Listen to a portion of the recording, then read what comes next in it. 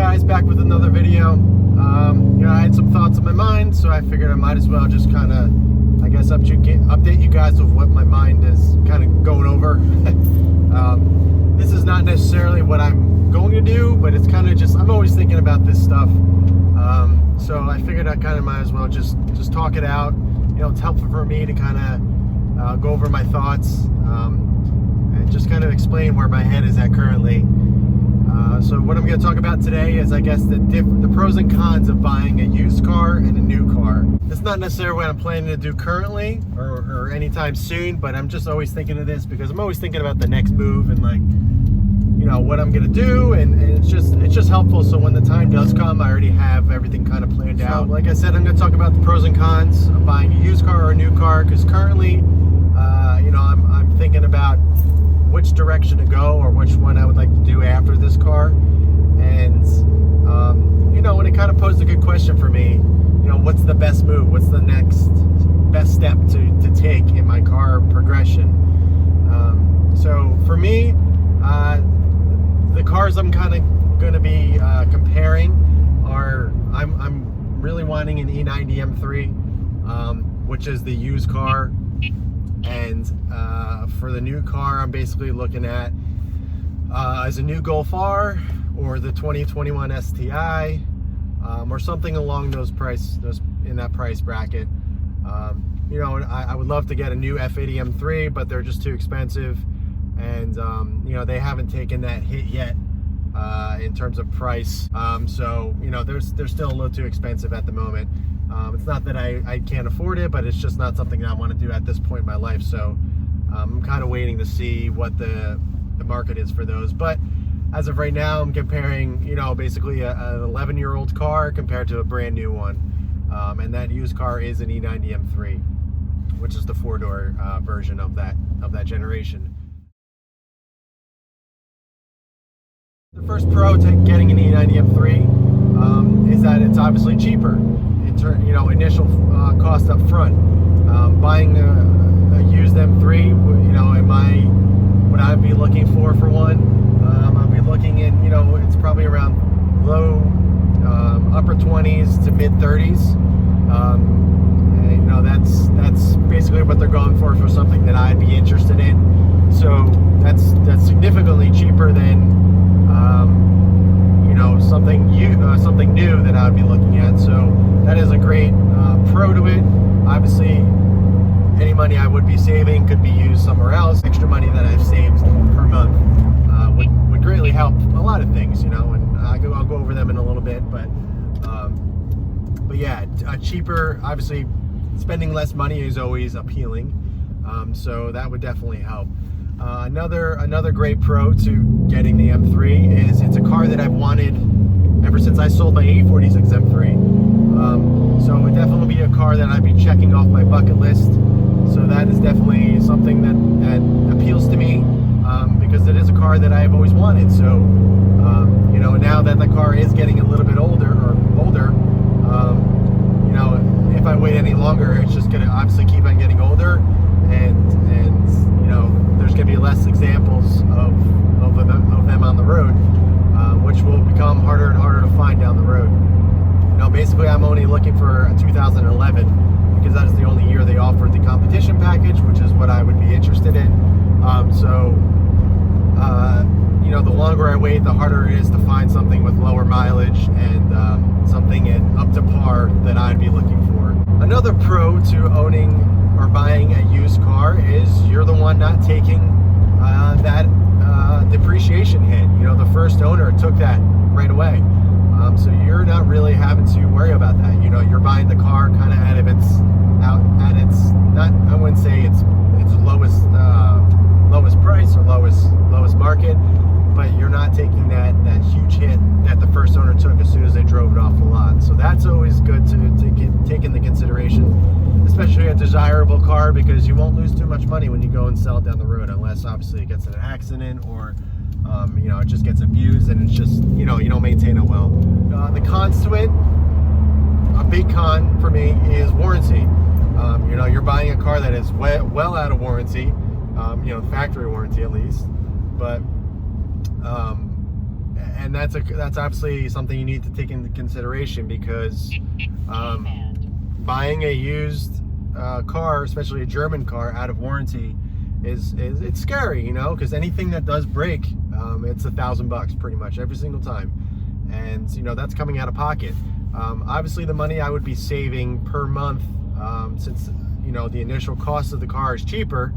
You know, I can obviously go ahead and look for a third-party warranty company. Obviously, do the work myself. But that is something that take into consideration. You know, my free time is limited these days, and you know, I'm not really sure if I really want to, I guess, invest in that. You know, time is important to me, so I'm not really sure if I want to sit there and wait for parts and buy the parts and kind of diagnose everything myself and do all that work. You know, it is rewarding.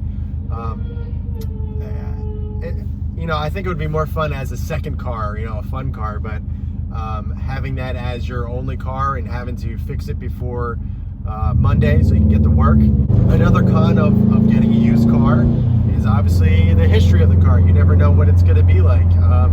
You know, obviously there's Carfaxes and stuff like that, but you know, you never know how accurate those things are. You never know how meticulous the previous owner or owners really took of the car. I'm usually looking for somebody that has, you know, has a for sale ad on the forums or something that's really in depth. They show maintenance records and all that stuff. Like, that's the kind of stuff I'm interested in. They take nice pictures. It's really lengthy for sale ad that, you know, you can tell they took some time to put their car up for sale, as opposed to just posting a few pictures and saying, hey, my car's for sale. So history is really important. It can get really iffy, especially with you know, cars with multiple owners. So that's definitely something to look at, obviously, when you're buying a used car, and it's going to weigh heavily on what decision I make.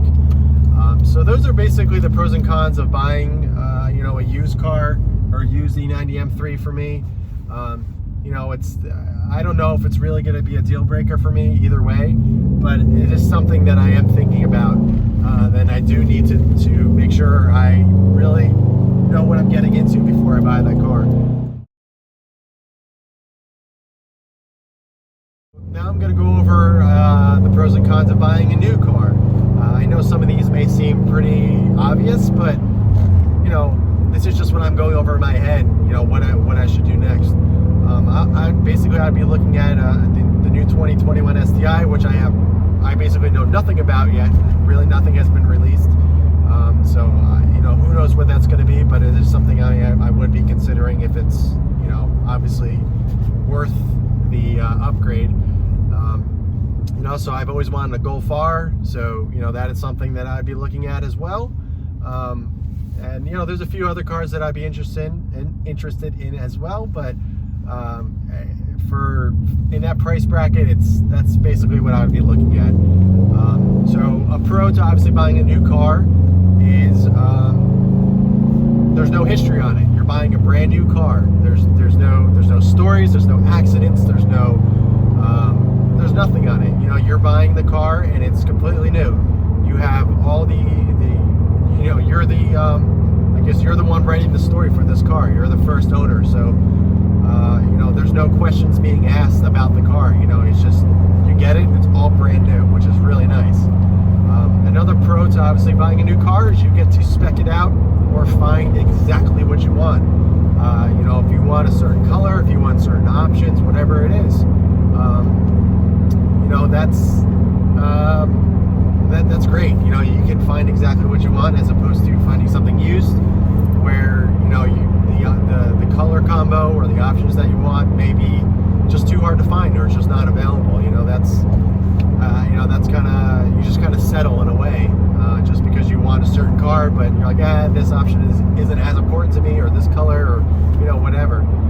Buying a brand new car, you're able to spec it out, or you know, find exactly what you want, which is really great. Another pro to buying a new car is you have the options to either finance it, buy it out in full, or lease it, which is really nice. You have that option on the table.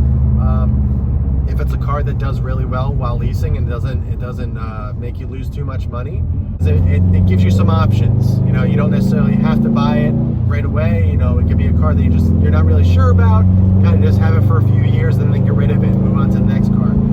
I like having those options, and it is something to consider, obviously. I know Golf Rs don't really lease that well. I've tried to do them in the past, but it just doesn't do that well. Another pro of buying a new car is you obviously get the newest technology, for that car at least. You know, you're getting the new navigation, you're getting the new driving aids and all that stuff. Whoa, nice hurricane. Obviously didn't see that, but you know, you're getting the new technology. You know, you're getting all that cool new stuff that obviously creates a better, more comfortable driving experience. You know, more accommodating to you and your passengers, which is always nice to have those things. You know, as the cars progress, obviously those things kind of become standard now. So coming from this, which is pretty basic, bumping up to like a Golf R, which has a lot more features and a lot more creature comforts, it's a pretty big step up, even though it's in the same category. You know, there's a lot more thought into the interior, I guess, of the driver. So that is something to also think about as well when buying a new car. All right, guys, just finishing up the video. I made a quick stop at the gym. Not that you guys really noticed that in the video because it's literally been a second since I've been recording last, but anyway, I wanted to finish up this video. I'm going to go over the cons of buying a new car, and there's only a couple of them. The two cons that I do have of buying a new car, one being which obviously the price. You know, you're paying top dollar for the car, or what the car is basically what it's worth at its peak. Obviously the cars that I'm looking at, they're not going to really appreciate like an air-cooled Porsche. I'm paying in full basically of what you know, the amount of the car is being sold for. So you're going in, you're buying the car at that price. You know, obviously there's some negotiating room, so you might get it a little cheaper or whatever, but you're still paying basically top dollar for it. So that is definitely a con of buying something new. Another con is you're the one that takes that depreciation hit. You're the first owner, you're the one driving off the lot for the first time. So that is something that you're obviously going to have to take into account. You know, you're taking that hit. So if it's a car that doesn't really appreciate or doesn't hold value well, and you really care about the resale of the vehicle, you know, it's gonna hurt when you go and try to sell it a couple years later. Obviously, if it's, you know, the STI kind of holds value pretty well. There's other cars that kind of stay, you know, they don't dip too low. People always want them.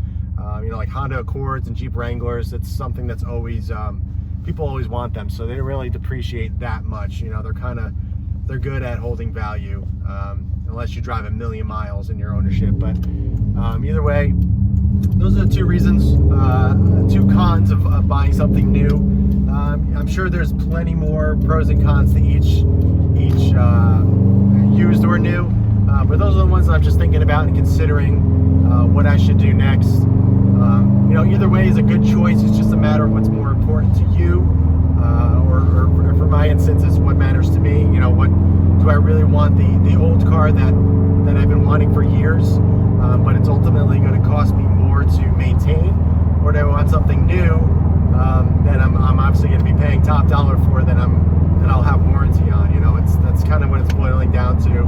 I really don't know what I'm going to choose. You know, thankfully I'm not in a position where I have to get rid of this car right now and I have to make that choice. So, you know, I can take some time to think about it and kind of weigh the pros and cons even more. Maybe even come up with a few more options of what, you know, what choice is better. You know, ultimately, obviously, it's going to come down to my choice and what makes sense for me. You know, what you guys comment is obviously going to be helpful. At the end of the day, I'm obviously going to choose, you know, what works best for me. All right, guys, I figured I'd do a quick walk around because I know you guys like seeing the car and kind of mixing it up while I do my talks inside the car. So I just figured I'd do a quick walk around. But yeah, like I said, those are my pros and cons of buying a new and used car.